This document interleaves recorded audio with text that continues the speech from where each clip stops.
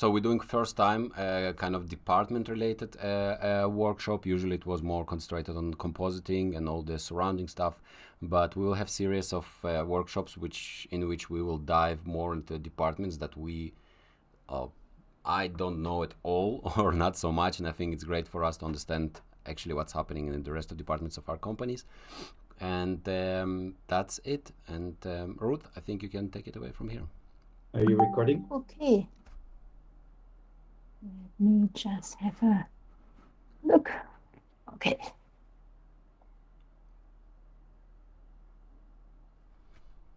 So, yeah, basically, rigging for us is all about scripting. We create like tiny little rigs and bigger ones. And let me just start with so this is our rig. It has a couple of controls. An animator can sort of use them. Normally we always have this main control to move stuff around. Then we mostly have the option control, where you will find all the important stuff of the rig.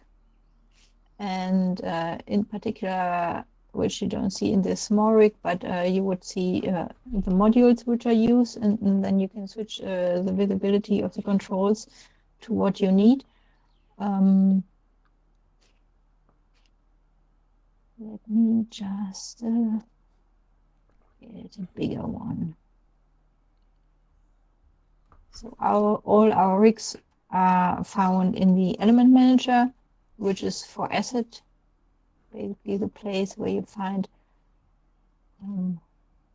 it's a little bit, it's similar to the scene manager. And this is our R&D project, so there is a lot in there. Generic mail. Let me open the animation now. So for a prop, like what you saw the pistol before, we normally just have the rig directly under the roof, which means there is just one version of the rig. But for something like a character, we normally have at least two versions. So we have an anime version and the render version. The render version is very heavy and is the thing which gets cached out, and the animation version should be hopefully a little bit lighter for animation to sort of work with it. And here you can see here we have everything an animator would need for the body. We have 3 levels of visibility. Not every module has it, but on one you have the most basic controls, in this case the eye aim and the jaw. And on level 3 you have finer controls. In this case it would be sort of the eye rotation for the iris if you don't want to animate it with the aim, or if you want to fine tune. And then let's see, on level 3 you have what we call trigger controls, where you can basically really do sort of some fine tuning. And same as for the face. We have here we have some trigger controls, which is basically just a skinned joints. And then we have all face controls on this single channels, because it's in animation it depends with what they like to work best. So some people just like to drive it directly by channels, and other people like to drive it directly by controls, and both is normally possible. And this is sort of our generic male. We have a generic female version, and both use exactly the same code.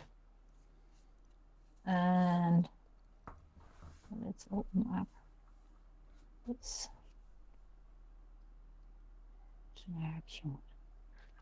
We have for a horse, a bird, sort of template code, which we would start off. And so I don't know if you can see this. Yes. So we have a couple of classes in there, which sort of contain the general build, then sort of the more specific build, where you see here the different modules like a spine, a head, rib cage,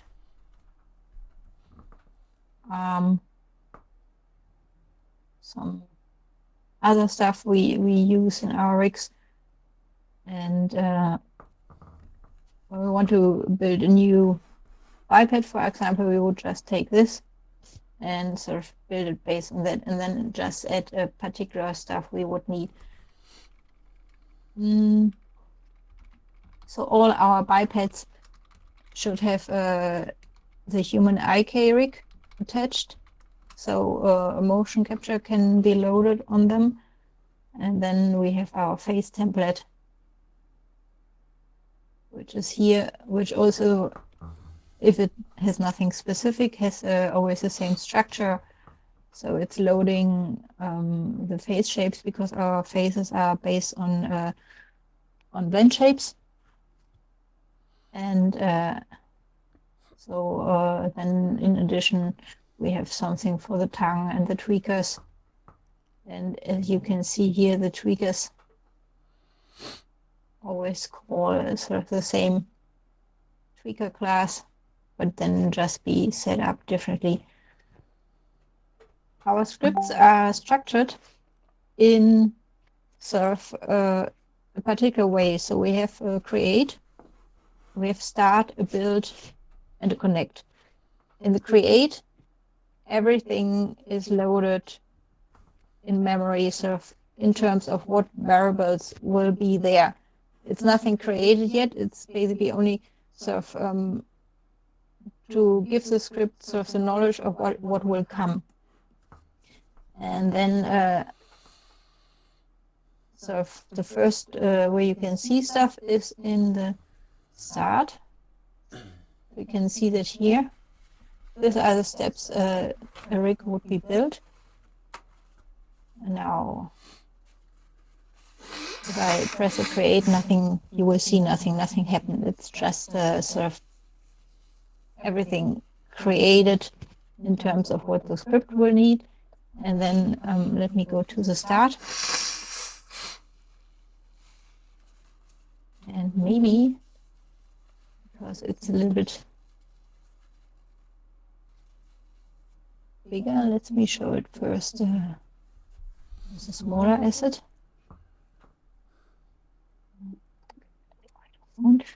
So we have some little helpers which remind us to close stuff. Okay.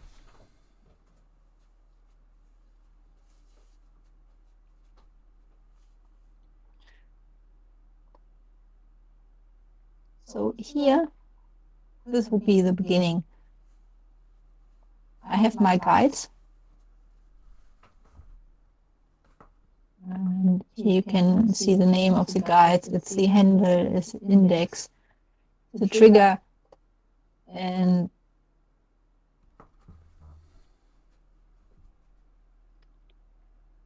I can just place them wherever I would need them. So that's how I set up the bone structure of a rig. I just place my guides, and let's go to our tricks menu. You have a way to publish per module. So for example, I can publish for an arm or for a finger, or I can say, okay, just publish my whole scene, which is then divided to publish, and it will publish the guides, which I don't do now because then I messed it up. And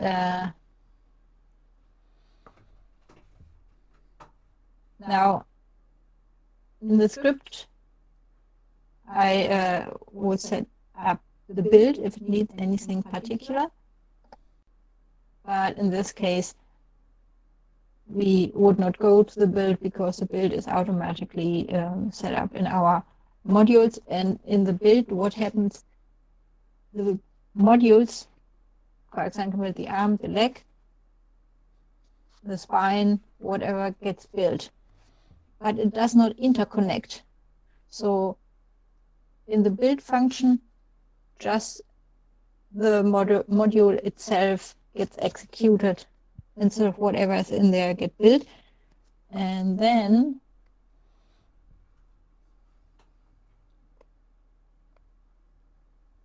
basically in the connect happens everything which connects an arm to a torso to a leg, and it sets up all the it loads all the skinning data or whatever other deformer data. And then we go out and have a lovely rig. So let me go back. So here is my generic male. And as you can see, there's a lot of more stuff where you can sort of place things and just set it up so far. Then we have two types of guides. We have sort of the guides and we have starters.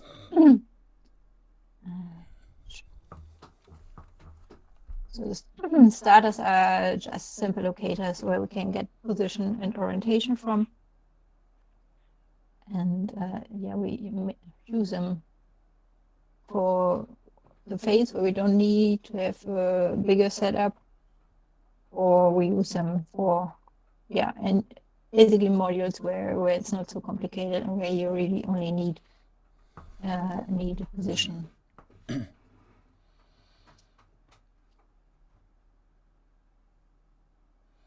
So let me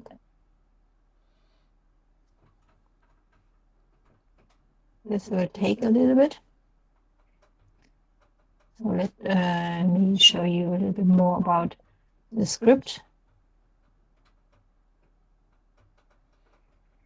When we have a bigger asset, where we say we want an animation rig, we want a render rig, we might want to have other rigs in between. We first build the render rig because this should include everything which is sort of needed. And then we strip down.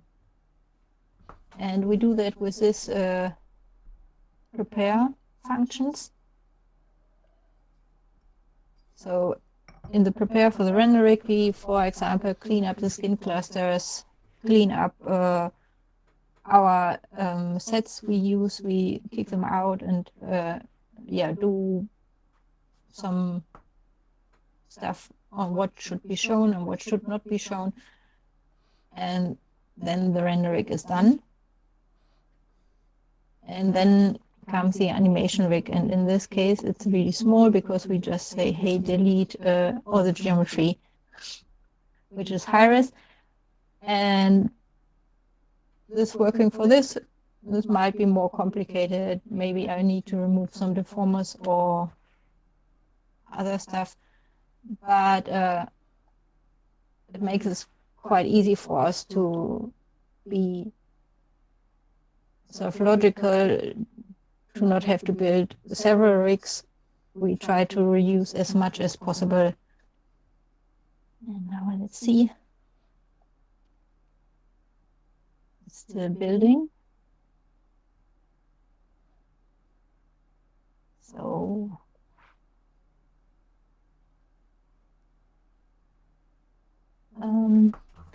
I don't know how interesting it is to go more into this structure of our code. I'm not sure if it's sort of... I have a few questions maybe while it's loading. Yes. just and it's connected also. So we kind of like, I mean, most of people here are coming from com department, I guess. So we pretty much we used to work visually, and I see that here basically visually it's if I'm understand correctly, you creating position for locators, then you linking them with a certain code, and so you don't have, so for example node graph, is there a kind of, because I kind of in my head can imagine that it can be done with the node graph, all the linking to certain objects and stuff. Is it existing something like that at Maya or some different application that you rig this visual way, kind of? Yes, it is, but we would not use it. So assuming we have something we need to develop, then yes, we would probably do a first version to develop it on a node graph. Yeah. But since we have so many pieces, if you will, and you don't want to do something 10 times manually for just one setup and then recreate it 100 times. So this would be the node editor, and if I'm just showing the connections which from this tiny control. So you have representation. It's all built in node graph automatically when you're running the script.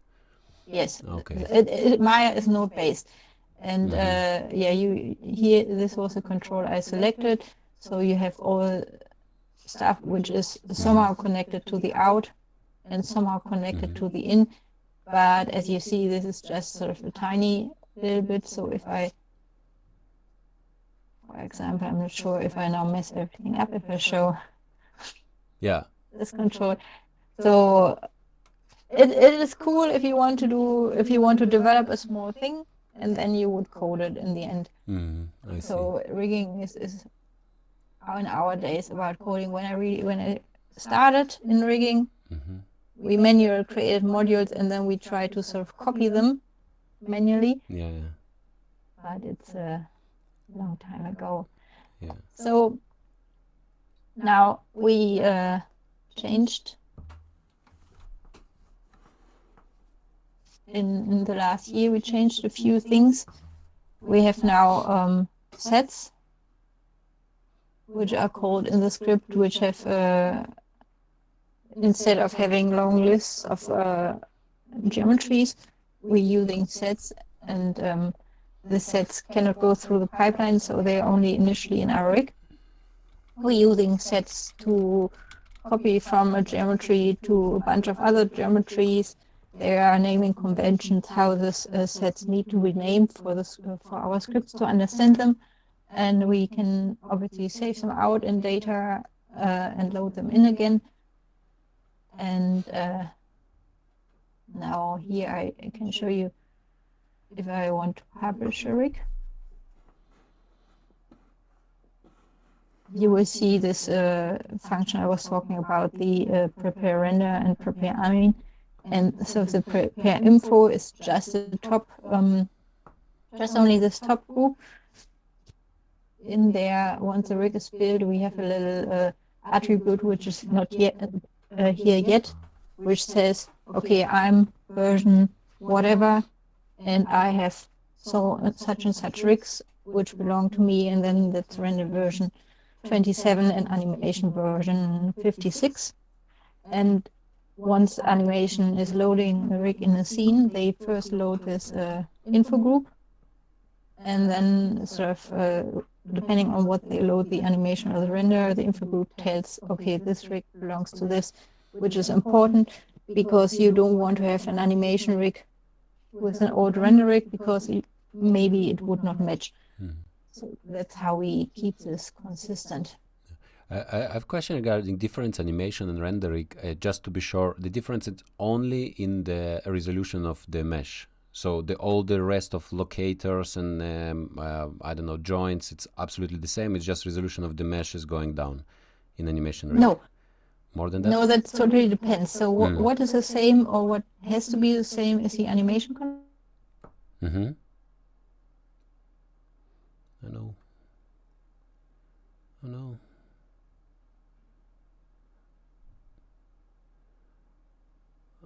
aiming, then you would lose data, because you might animate something in the render rig and you switch to the animation rig, and if the animation rig then is lacking control, and you would switch back, you would lose data. So the amount of controls is the same, but the deformation can be quite different.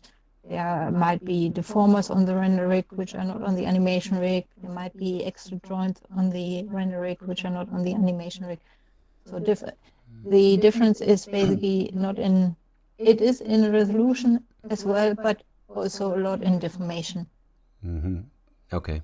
So it's if like for simple, it's just like kind of like it's without any simulation, which is coming on top. So additional stuff which are coming like, but I'm probably not very precise there, because it is. We have a high-res resolution and a low-res resolution, and in the animation rig you want the low-res resolution. Yeah. But if possible, you also want to avoid heavy deformers, because they would slow also down the animation rig. So what we try is in the animation rig to get away with the least amount of deformation animation can live with.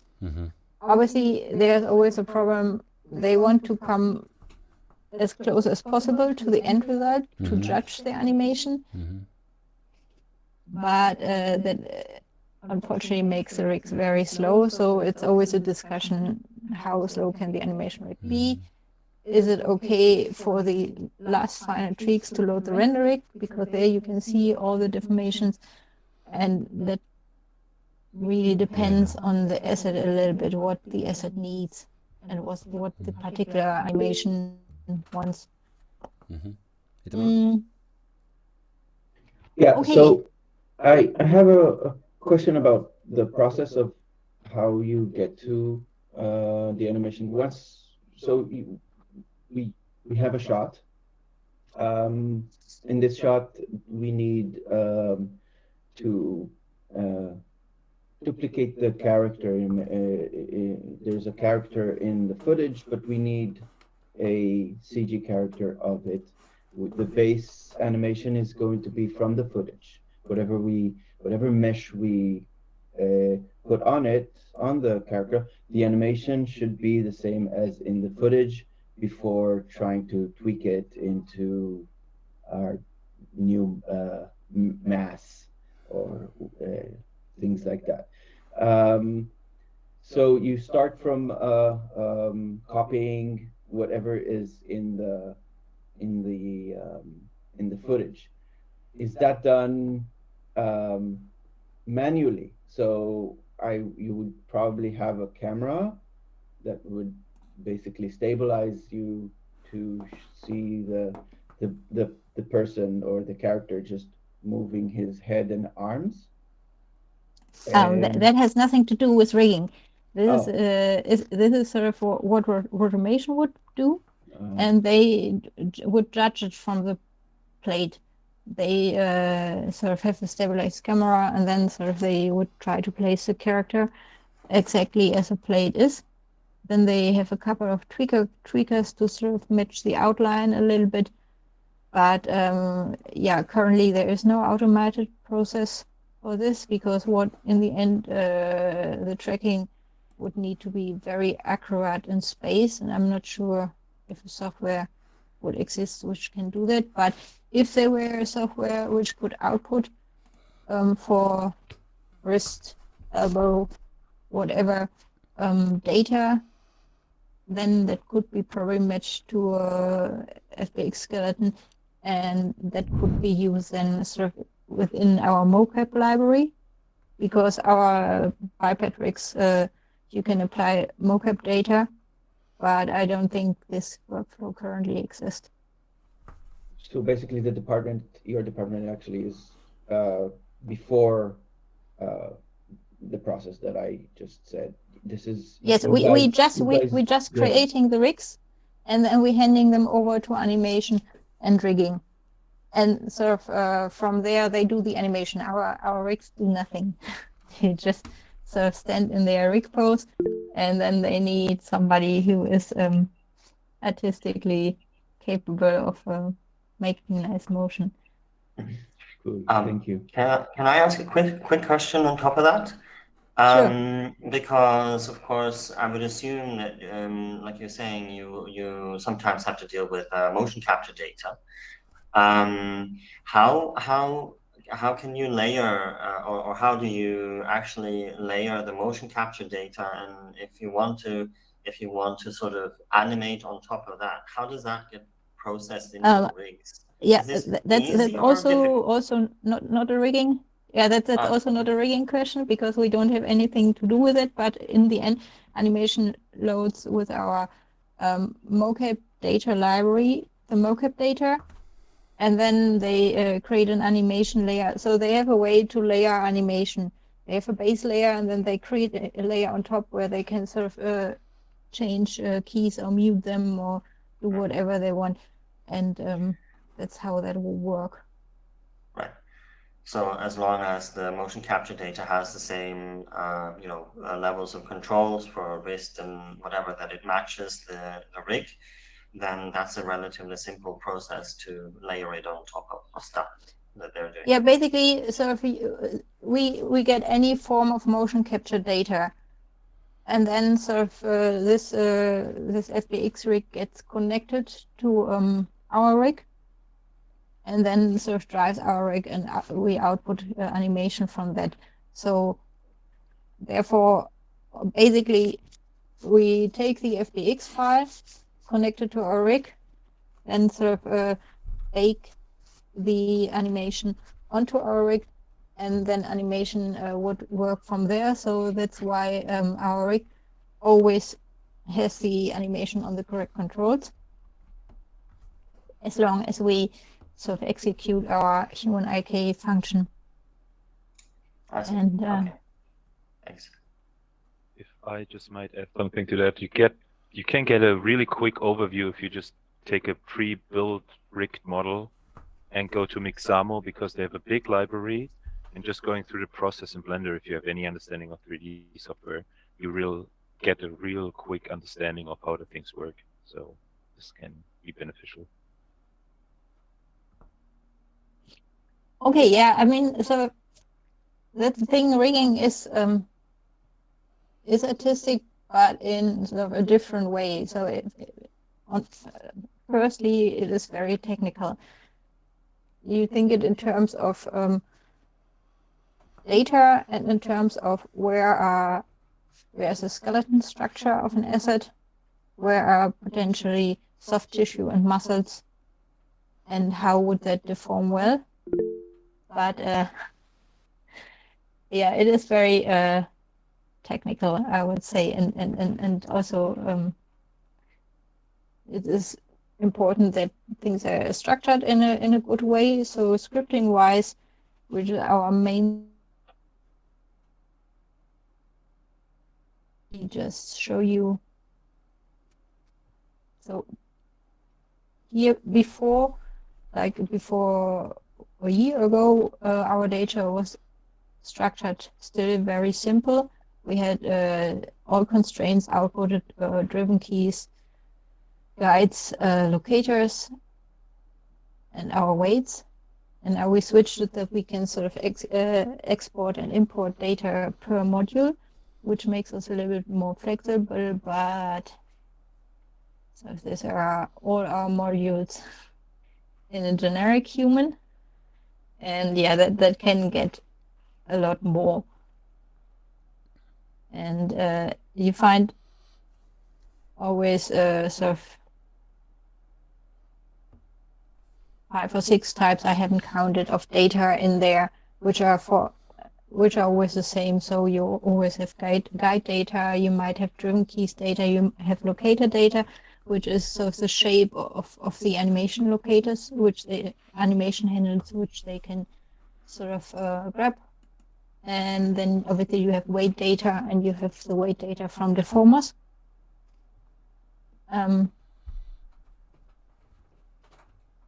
Yes. This is basically about how we construct our rigs, and maybe just to have a little bit of fun, if you don't have any particular questions on rigging and sort of how how particular rigs are built, I would show you some show rails we did. We have Igor. Ruth? Yes. Yeah, I would have a question. I was a bit late, so I don't know if you touched upon it, but I know that you use Ziva for the whole muscle thing. So I would just, what would be the requirements for Ziva to be used? Since there's, I guess you need at least some underlying stuff, or is Ziva just providing the whole muscle structure and you can basically just tell from here to here is a muscle, or is there an automatic step? So because Ziva is like a black box to me, so how would this get into the pipeline? So first of all, Ziva is not rigging. It is VFX, although I'm creating the Ziva rigs, and I'm happy to talk about that as well if you want to hear it, or Alexei, what do you think? No, that's I'm also curious. So we it's pretty clear what's happening with bones. So we understand that the mesh that is provided to you is provided probably from modeling when they're modeling that. So, but that's exactly the maybe just because we a little bit far from all these things in compositing. So what's happening when we have skin? What's happening when we have muscles? Which department will be responsible for specific for same question with the like I would say skin, muscles, everything around it, cloth, which is I guess it's I don't know like CFX, but like if you can just give few words, just approximately what's happening there will be great. A few sentences. Okay, so I can't talk about cloth because that's really CFX, but so this would be a Ziva cache I just produced for She-Hulk. It's not very exciting animation currently, but so you would have different stages. First, you would have the muscle rig, and this outputs this kind of cache. Then you would have a fat rig. In this case, for the cat, it's a little bit different. There we also have a fascia, which is sort of soft, which is a tissue-like surface which wraps muscle parts. And then you have here the fat layer, which has some how you say that? Has some fat. With She-Hulk, not so much because she is very slim. And then in the end, we would output the skin mesh, which is a rig in itself. And it depends a little bit what you want to do. So this muscle rig is normally sort of the same in all the Ziva rigs we had so far, because let me just show you. Okay.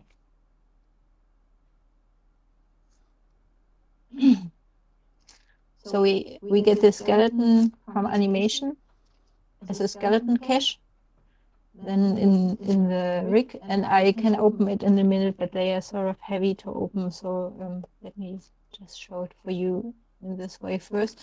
So we take this as an animation cache.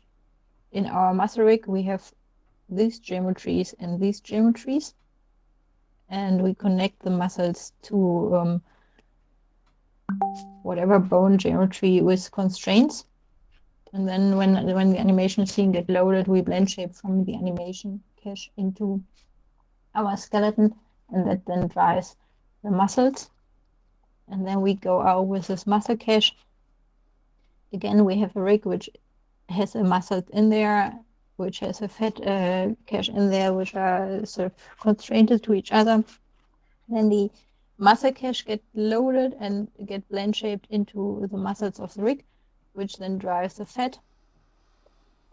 Then we get out the fat cache, and again there's a skin rig which sort of has the fat layer in there plus a skin layer. Both are constrained, and if the rig is connected to the fat cache, it drives the skin layer.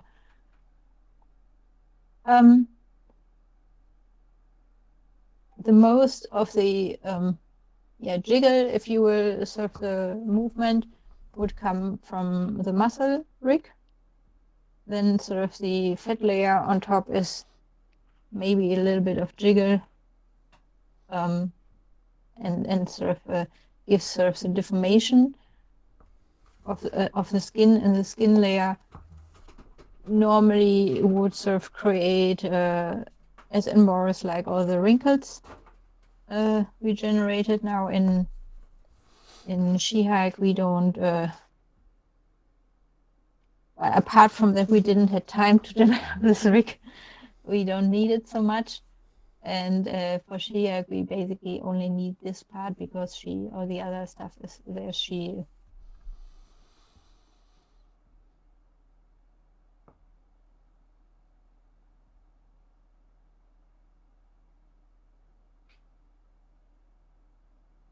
from Ziva currently. And here you see I blend shaped tension shapes which are created in the rig and are driven in the animation rig in there, because the resolution of the muscles is not high enough to give you all this nice detail. So in the animation rig we have tension shapes, which are sort of blend shapes which are driven based on animation, and then sort of on top of the Ziva simulation they get blend shaped in, as well as a face which is also an animation blend shape to get all the face detail. Okay, let me open. Just as a question, Okay. all those models from the bones, Yes. from the muscles, these need to be provided beforehand, or are they coming from Ziva? No, they need to be all provided. Ziva so- is just a way to constrain Okay, stuff. And yeah, it takes a geometry like that and convert it into a Ziva tissue, Mhm. which is a way sort of to have a however small cells in there, which then sort of create and deal with the volume. Mhm. So let me open up a muscle rig. So it is just a specialized simulation software which is still dependent on the input you give it. Yes. Okay, cool. Thank you. Yeah, unfortunately. This sounds all super cool when they do demonstrations, but it is a lot painful work. No, there is, as far as I know, there is nothing which sort of just outputs by pressing the beautiful movie button, something nice. It is always as it is. So this is sort of our muscle geometry, and this is sort of what Ziva creates as the Ziva geometry, which is a cage to deform this. And first you want to think of how much resolution you need. So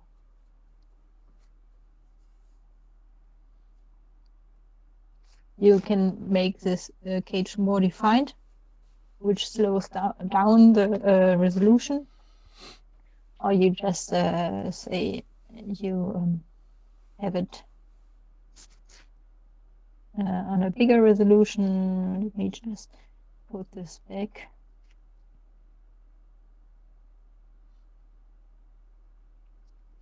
And then you have a faster simulation. Assuming that this muscle does not need to bend in any special way, it just needs to sort of shrink and lengthen. You don't need a very defined cache, which is sort of different for the fat simulation, where the cache, where the cage is much smaller. So in here, these are just standard muscles, and you can see here you have a way to attach stuff. The red one are constraints which are sort of try to hold the position. with a certain strength, and then sort of depending on how much something get pulled.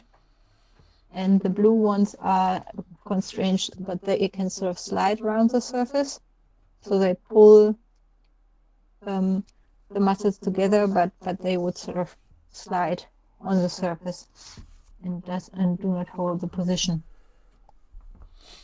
Then for the breast, we have it's a little bit different. Let's see if I can.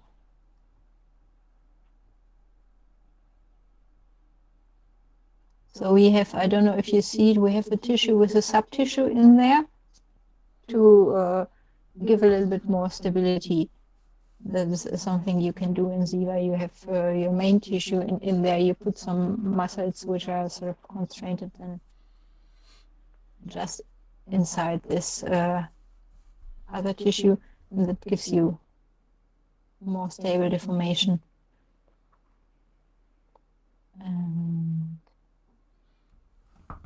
So that's basically it for the muscle rig. Yeah, you have then many different things you can. So we scripted them in a way, because this is also all scripted in a way that we can recognize by name what is a constraint and what is something else. So you see here all my constraints, and then we have something in here which is the fiber. And fiber is the direction. You see these little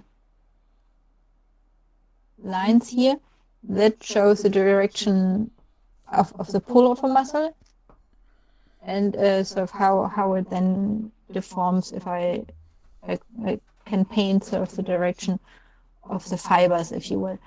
Then we have material, and material can be layered. For this simple muscle, you just have one material which has sort of settings for deformation for a muscle, but you can have layered material where you say, I want to have this point very soft, I want to have this point very hard, and it is like Photoshop, if you will. Then there's a way to have blend shapes in here. If a muscle is tense, you probably want to give her a particular shape, and these blend shapes are driven then by the length of some set up curves. Let me see if I can show them here. You see the curve setup, which is again attached to bones, but sort of change their length depending on the movement, and that sort of feeds in the blend shapes. And yeah, here's a cage which I show where you can change the resolution, and here are just the tissue settings, general tissue settings on collision, how much it should collide, with strength it should collide. Okay, any questions to the muscle rig? No, that's very informative, or at least, yeah, Igor, you want to ask something? Yeah, no, that's pretty much. I wanted to ask something. Interesting. So you go part by part on the body, and you are deciding the quality of the properties of the materials and all this that you were explaining. Is that the process that you are doing? There are sort of settings which are set work for muscles, and then sort of it should be physical correct, but and people say it's physical correct. I'm saying it's not, because for me that's never physical correct. It needs to look correct. But one muscle will have the same settings as another muscle mostly. There might be reasons why you want to have that different, but in general, because it's not physical accurate. So it's like to change presets this. that you are tweaking Yeah, I probably would say in my script, okay, give all the muscles this and the settings apart from particular muscles. Mm-hmm. Basically, I would build it once. I would not even do it in the script. I build it once. They are built with some preset. Then I would just select, because I can that by type. I select all the muscles, give them some presets I think are sensible, and then I just save out the data. And the next time I build the rig, the data is loaded. Mm-hmm. And then I know, for example, okay, the breast is not it's not the muscle tissue, so this particular two objects I would then give different settings, Mm-hmm. which are then sort of more loose, if you will, Mm-hmm. which generate more jiggle. Mm-hmm. All right. Okay, so here you see the fed rig. And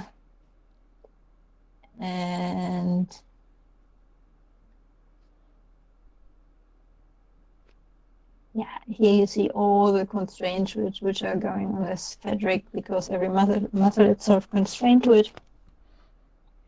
And but it's the same as a muscle before, it's a tissue. So there are two types in CVAR, tissue and cloth. And the fed tissue would also be a tissue, but with different settings. So first I would set up all the constraints. Let me pick one.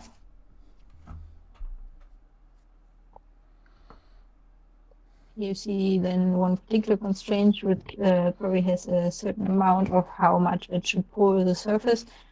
And in this case, for all the constraints I set up, I only constrained them to the inner side of this double-sided surface and let the outer side completely loose, so that can be simmed freely. And then, yeah, it's just the same. I have some different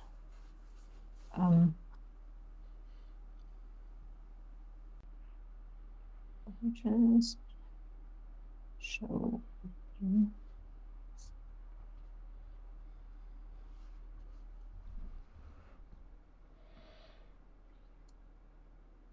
I have materials.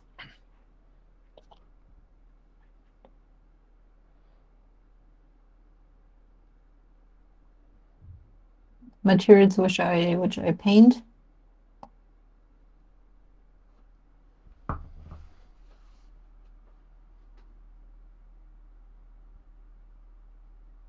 And yeah, for all the attachments, they can be painted as well.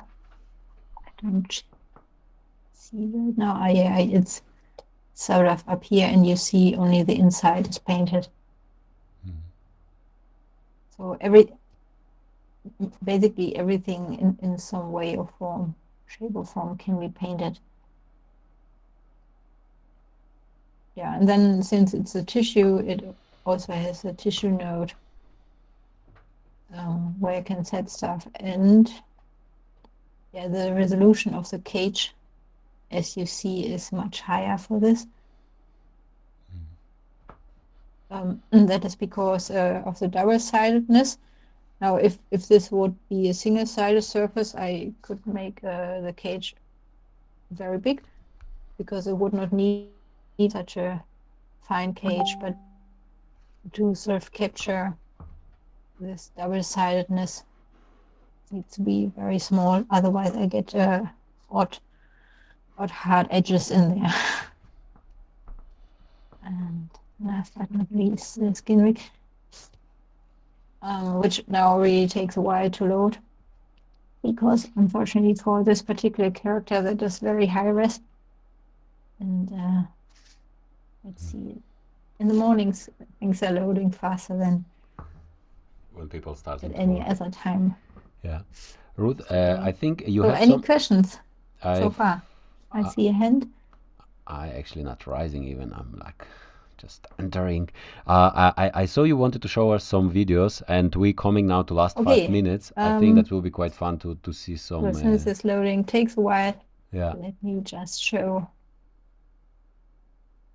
our rigging reels. Yeah. So this was done with C muscles, which are rigging. And sort of these are different maps we painted. And here you can see all the face shapes which are in such a character. Mhm. And I have a nice one for the abomination.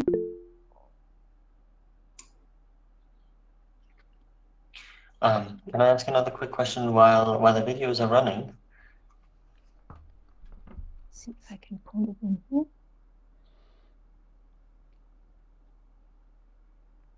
And this character was also done just on traditional rigging. It has no Siva.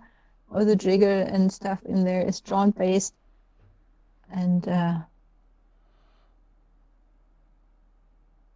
later on, there was another pass in VFX for the skin sliding, because to slide the skin, to truly slide the skin on all these fine scales, we could not. Maya could not handle the resolution. This is a fake. It's a texture sliding. We at some point thought might be helpful, but in the end, it was an Houdini pass later on.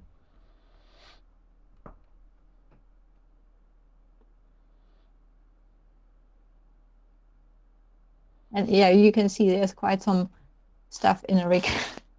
Yeah. And that's why manual would be bring us in hell. Everything scripted is nice. Very impressive. Okay, Yeah, the super rig cool. is still not done. I'll show you another one. So between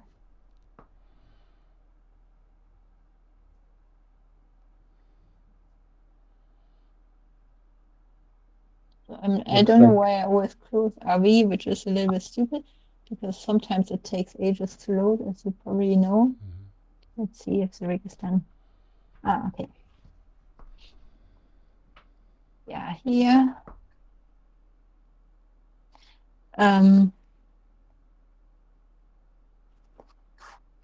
So Ziva is a diva with geometry.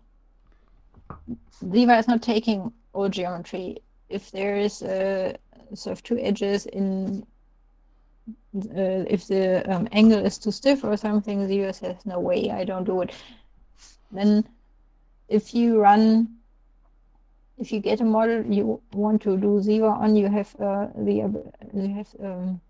way to test, to run some analysis if Ziva would accept.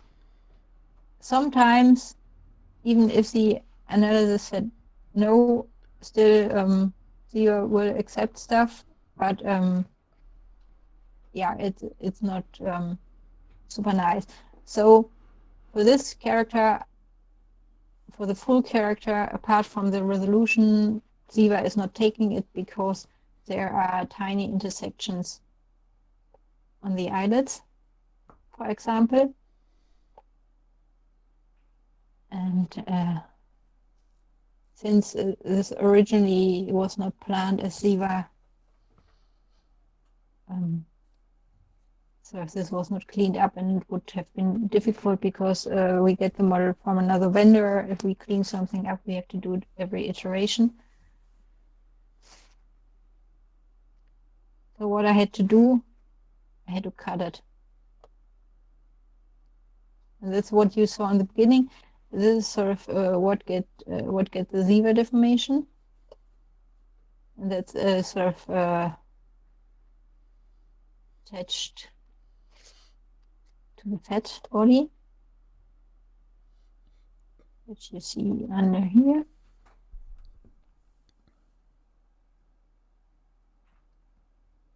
And in this case, Boris had much more because he needed to have all the wrinkles. Here we have two constraints. One is to the fat body and one is to the animation skin, because sort of hands and feet at some point here. I will sort of let animation cache take over.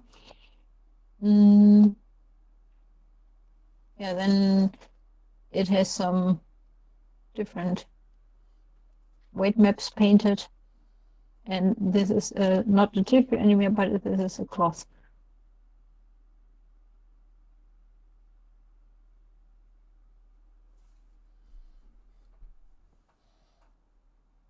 The overall cloth node, where I can say how much collision should happen and so on. But then I need to get this all together. So my output body is a blend shape between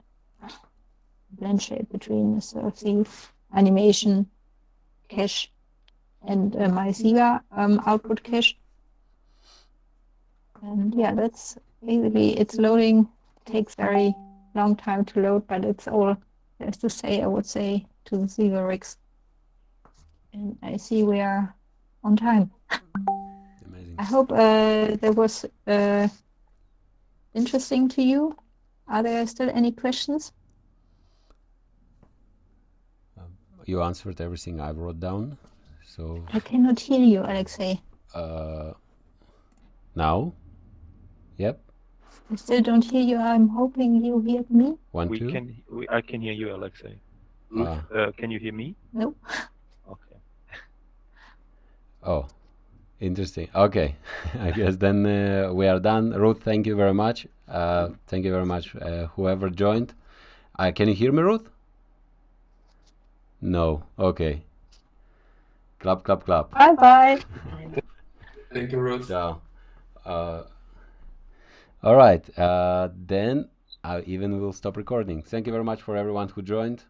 I will save it on our server so everybody can keep watching later. Thanks. Ciao. Thank you. Bye. Bye. Thank you. Bye bye. Bye.